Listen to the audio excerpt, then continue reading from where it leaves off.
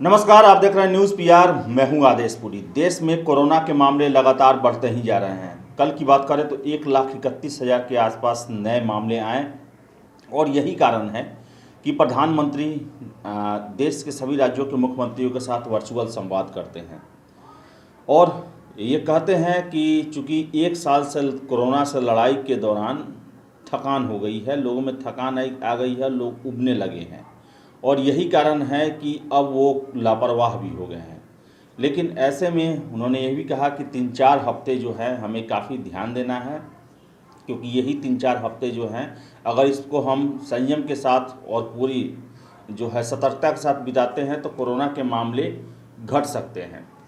इसके साथ वो उन्होंने ये भी कहा कि लॉकडाउन जैसी स्थितियां नहीं लगाई जा सकती है।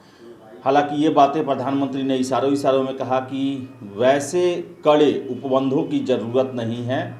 अब हमारे पास बहुत ज़्यादा संसाधन है और बहुत सारे इन्फॉर्मेशन है इस बीमारी को लेकर। पिछले साल ऐसी स्थिति थी कि नया बीमारी था, इससे लड़ने का हमारे पास उतने संसाधन नहीं थे। इस कारण से देश में लॉकडाउन करना पड़ा ताकि इस बीमारी पर कंट्रोल पाया जा सके और पिछले साल हमने इस बीमारी पर कंट्रोल पाया भी।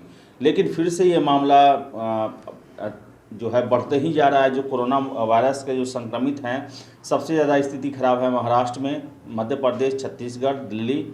ये ऐसे राज्य हैं जहां पर बहुत ही ज़्यादा जो केसेस हैं वो आ रहे हैं।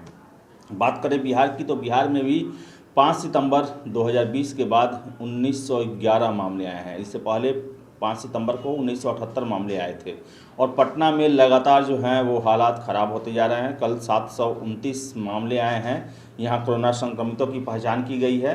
तो वही बता दें आपको, प्रधानमंत्री ने कहा है कि 11 से 14 अप्रैल को वैक्सीन उत्सव के रूप में मनाना है और वैसे लोग जो लाभार्थी हैं, जिनका जो योग्य हैं वैक्सीनेशन के, उन्हें ज़रूर वैक्सीन लगवाने पर जोर दिया जाए।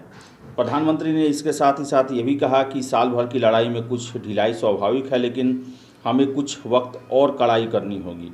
उन्होंने ये भी कहा कि राज्यों में हर संक्रमितों से 72 घंटे में मिले 30 लोगों को कॉन्ट्रैक्ट ट्रेसिंग करने की ज़रूरत है। यानी कि जो भी संक्रमित हैं उनसे 72 घंटों के अंदर में जो 30 लोग मिले हुए हैं, कम से कम 30 लोगों की पहचान करनी है। इसके अलावा उन्होंने ये भी कहा कि जो राजनीति करना चाहे कर सकते हैं, मैं इस पर कुछ नहीं कहूँगा। मेरे साथ मिलकर महामारी जीतने के लिए काम करना चाहिए। इससे पहले बता दें आपको कि हम चिंता की बात क्यों है, आखिर प्रधानमंत्री मुख्यमंत्रियों के साथ लगातार संवाद क्यों कर रहे हैं। इसका कारण है कि संक्रमण की दर पहले से बहुत ज़्यादा तेज़ है। लोग अपेक्षाकृत ज़्यादा लापरवाह हो गए हैं। अधिकतर सूबे में प्रशासन भी सुस्त दिख रहा है। लेकिन इसके साथ ही साथ कुछ राहत की भी बातें हैं कि हमारे पास पहले से ज़्यादा बेहतर अनुभव है, पहले के मुकाबले ज़्यादा जानकारी है। इस बार हमारे पास एक वैक्सीन भी है जो कि इस महामारी के में बहुत ही कारगर है। इसके साथ ही साथ आपको बता दें कि प्रधानमंत्री मोदी ने कहा कि रात में लगाए जा रहे कर्फ्यू को लेकर कोरोना कर्फ्यू के नाम से प्रचलित करें। इससे लोगों में यह सोच बनेगी कि वह कोरोना काल में जी रहे हैं। कई लोग कहते हैं कि कोरोना रात में ही तो नहीं फैलता। मैं बताना चाहूँगा कि पूरी दुनिया में रात्रि कर्फ्यू की रणनीति को स्वीकारा है। प्रधानमंत्री मोदी ने कहा कि पहले लोग जरा सा लक्षण दिखने पर भी घबरा जाते थे, अब अनदेखी होने लगी है। ऐसे में बिना लक्षण वाले लोग परिवार और आसपास के लोगों को संक्रमित कर देते हैं। इसे रोकने के लिए ट्रेसिंग और टेस्टिंग करने की ज़रूरत है। तो मोदी ने ऐसी बातें कही। इसके अलावा उन्होंने ये भी कहा कि संख्या ज़्यादा होने का मतलब विफलता नहीं है। प्रधानमंत्री मोदी ने कहा किसी राज्य में मामलों की संख्या के आधार पर विफलता या सफलता को नहीं स्वीकारा जा सकता है। लक्ष्य टेस्टिंग को बढ़ाने का होना चाहिए। पहले भी टेस्टिंग ही उपाय थी और अब भी यही रास्ता है। हमें कम से कम 70% RT-PCR टेस्ट करना होगा। सैंपल भी सही तरीके से लेना जरूरी है। प्रशासनिक स्तर पर कोई भी लापरवाही नहीं होना चाहिए। तो ये बातें जो है प्रधानमंत्री नरेंद्र मोदी ने कहा। इसके अलावा आपको बता दें कि मध्य प्रदेश के सभी शहरों में 60 घंटे का संपूर्ण लॉकडाउन। मध्य प्रदेश सरकार ने संक्रमण के बढ़ते मामलों को देखते हुए सभी शहरों में 3 रात 2 दिन का संपूर्ण लॉकडाउन लागू करने का फैसला किया है, जो शुक्रवार शाम 6 बजे से सुबह 6 बजे तक प्रभावी होगा। इसके अलावा गाजियाबाद, गौतम बुद्ध नगर, समेत कई शहरों में रात का कर्फ्यू लगा दिया गया है। बिहार की जो स्थितियां हैं, मुख्यमंत्री नीतीश कुमार ने कहा है कि बाहर से आने वाले हर एक व्यक्ति का होगा कोरोना जांच। इसके साथ ही साथ उन्होंने ये भी कहा है कि जांच रिपोर्ट निगेटिव आने के बाद भी कुछ दिन उन्हें घर पे ही रहना पड़ेगा। इसके साथ ही साथ उन्होंने ये भी कहा कि कोरोना से देश में औसत मृत्यु दर जो है वो 1.3% है, जबकि बिहार में 0.5% है।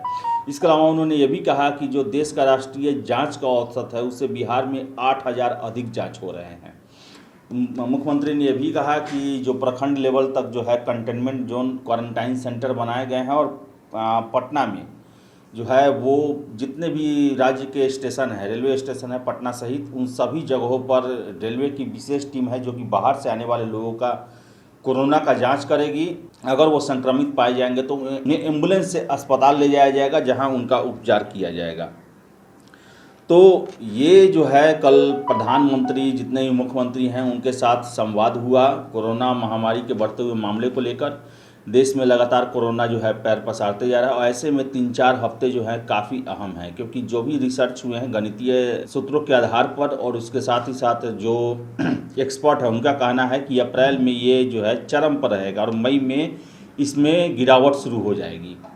तो ज़रूरत है कि अगर आप में थोड़ा भी लक्षण महसूस हो, ऐसा लगे कि आप कोरोना से संक्रमित हो सकते हैं, तो टेस्टिंग ज़रूर कराएं। और जिनका जो लाभार्थी हैं, जिनका उम्र है कोरोना टीका लेने के योग्य, वो ज़रूर जाकर कोरोना का टीका लें। और सबसे बड़ी बात, जो भी कोरोना संक्रमित हैं उनसे 72 घंटे में मिले हुए जो भी कम से कम 30 लोग हैं उनकी पहचान की जाए और वह स्वतः भी जाएं और बताएं कि हाँ हम इस व्यक्ति के साथ में थे, कांटेक्ट में थे और ये कोरोना पॉजिटिव पाए गए हैं। तभी हम इस चेन को तोड़ सकते हैं, क्योंकि बहुत दिन हो गया, 1 साल से ज़्यादा हो गया इस बीमारी के डर के साए में जीते हुए, और इस तरह जीना अच्छा नहीं है। कोरोना को अब हराना ही होगा। तो फिलहाल इस वीडियो में इतना ही। वीडियो पसंद आए तो लाइक शेयर करें, हमारे चैनल न्यूज़ पीआर को सब्सक्राइब जरूर कर लें। बहुत बहुत धन्यवाद।